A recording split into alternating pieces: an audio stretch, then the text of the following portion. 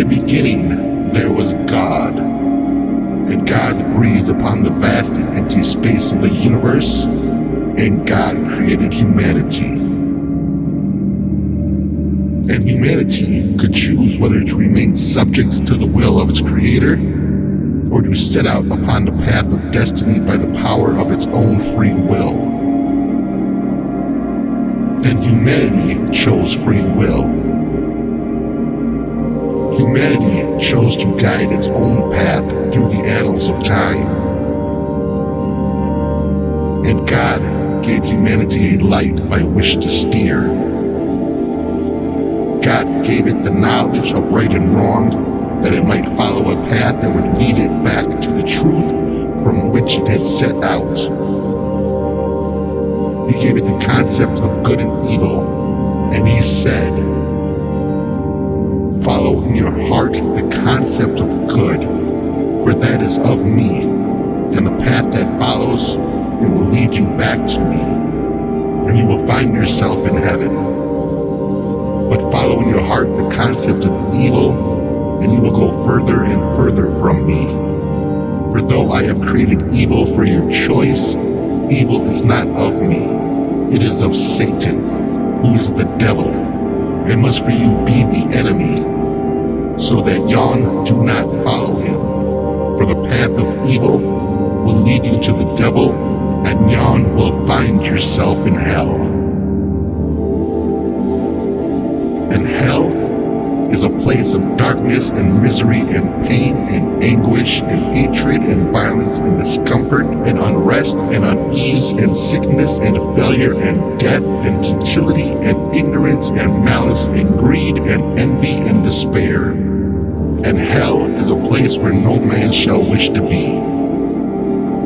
And humanity set off upon its journey through the annals of time, and the path of good and the path of evil lay before it. And the path of good was harsh and thorny, steep and narrow, and promised great sacrifice. But it led to the light of heaven.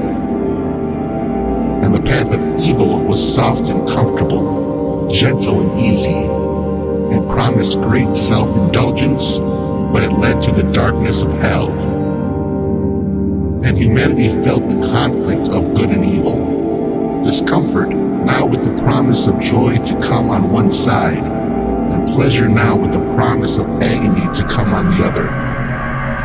And humanity found that choice was not the easy sense of power which he had imagined, but a gnawing sense of doubt and uncertainty.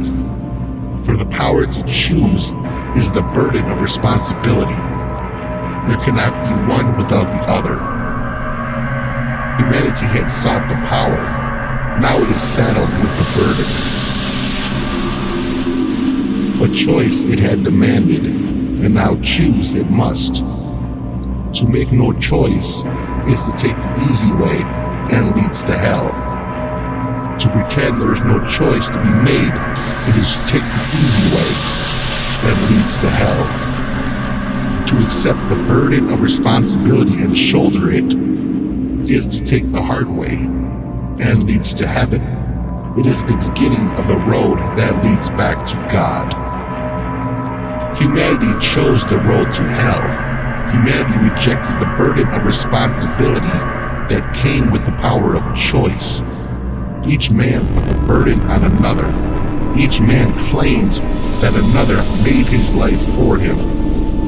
Each man saw himself the victim of his circumstances.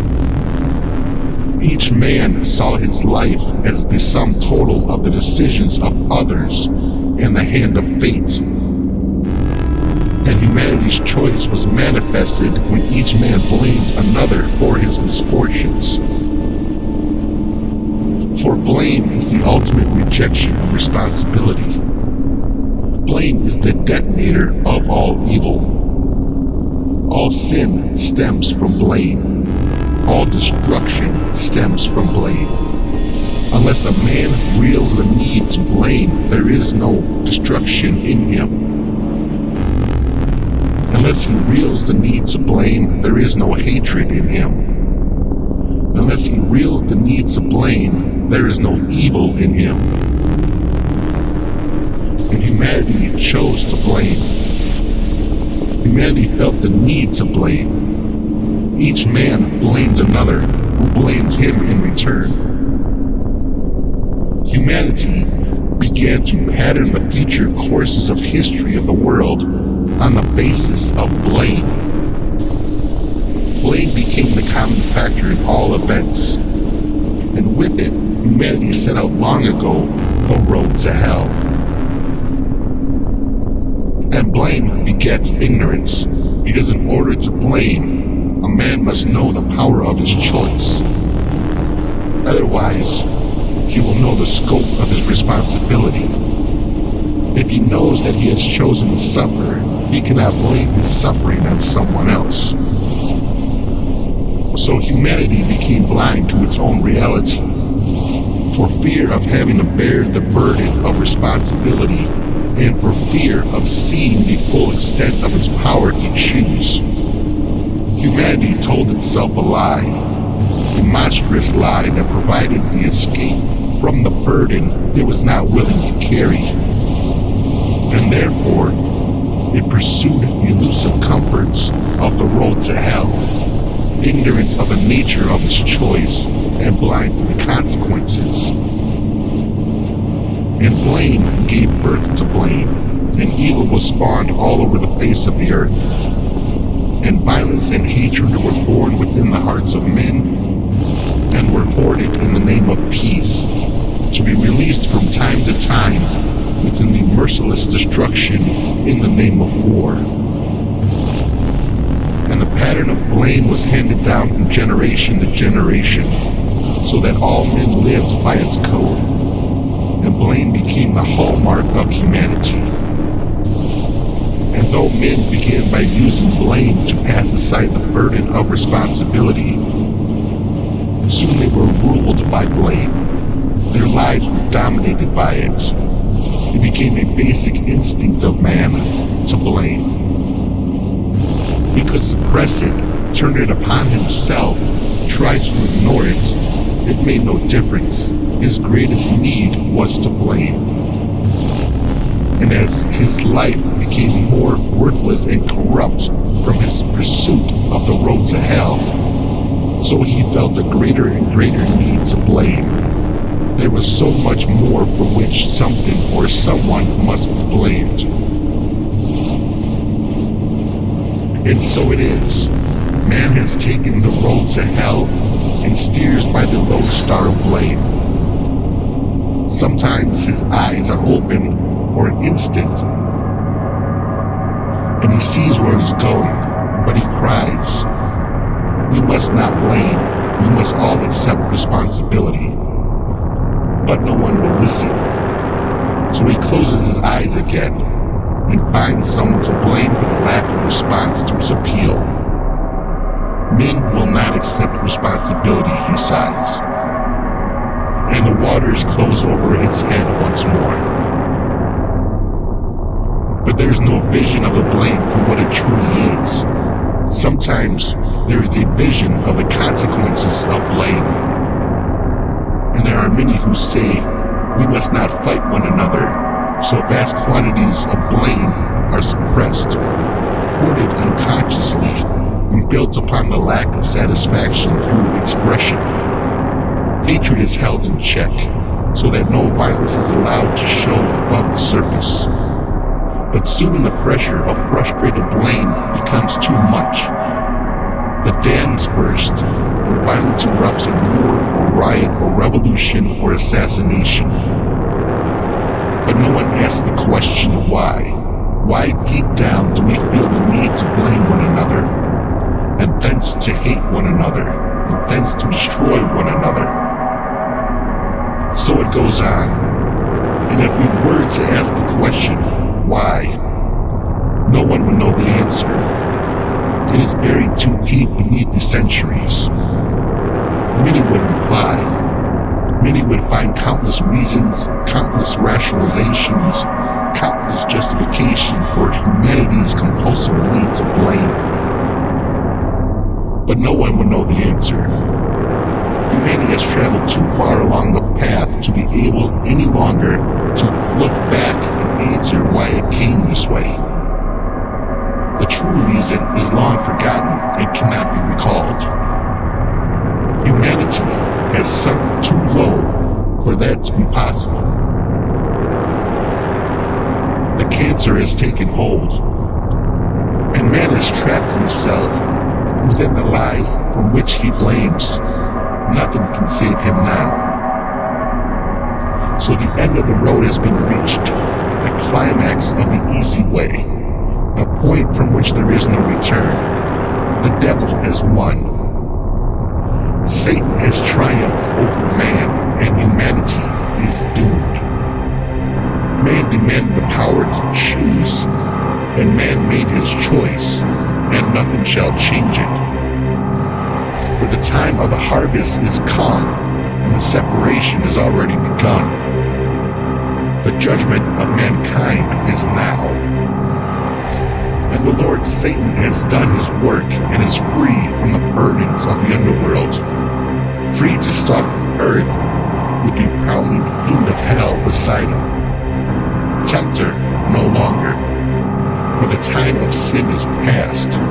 Destroyer now, for the time of retribution is at hand. And men still search for their meager sins. Too late, the evil now in the world is not the manifestation of man's sins, but the ultimate consequence of their choice to sin. For the evil of the latter days is not of man, but of God. It is the retribution brought upon the world as promised time and time again. The end of the path is wrong. Humanity was warned, and it did not heed that warning. Now comes the final settlement, the judgment and the destruction of the world of men. For the world of men is a place of darkness and misery and pain and anguish and hatred and violence and discomfort and unrest and unease and sickness and failure and death and futility and ignorance and malice and greed and envy and despair. For the world of men is hell.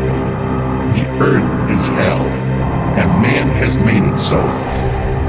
Humanity chose the easy way that leads to hell. Now its journey is ended. Humanity is in hell, for it has created hell around itself. The game is over. And hell is the home of the devil. And the devil is mean and corrupt, a liar blinded by his own deception, yet cunning within the confines of his ignorance. And the devil is weak, yet strong in his weakness.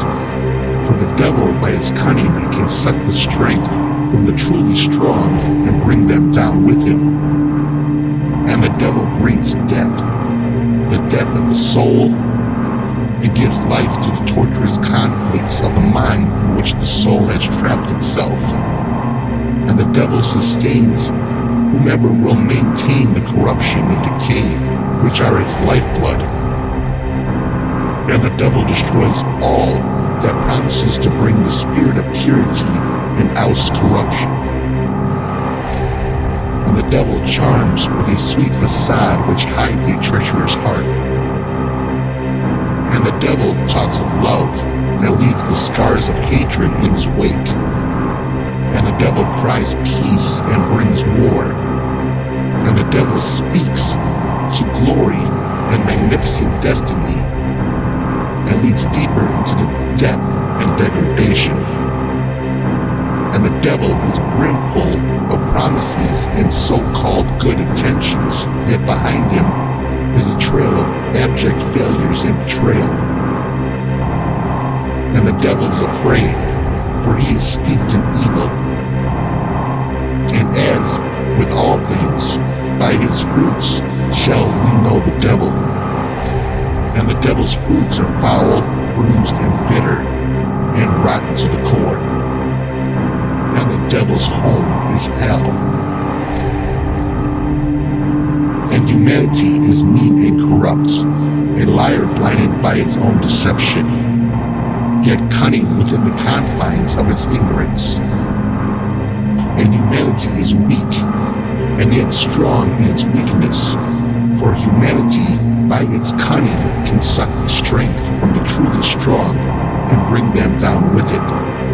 And humanity breeds death, the death of the soul, and gives life to the treacherous conflicts of the mind in which the soul has trapped itself. And humanity sustains whoever will maintain the corruption and decay which are its lifeblood. And humanity will destroy all that promises to bring the spirit of purity and oust corruption. And humanity charms with a sweet facade which hides a treacherous heart. And humanity talks of love and leaves the scars of hatred in its wake. And humanity cries peace and brings war. And humanity speaks of glory and a magnificent destiny that leads deeper into death and degradation.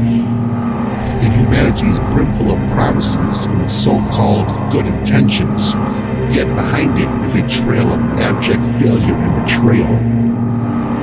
And humanity is afraid, for it is steeped in evil. And as with all things, by its fruits shall ye know humanity. And humanity's fruits are foul, bitter, bruised, and rotten to the core. And humanity's home is earth, and the earth is hell.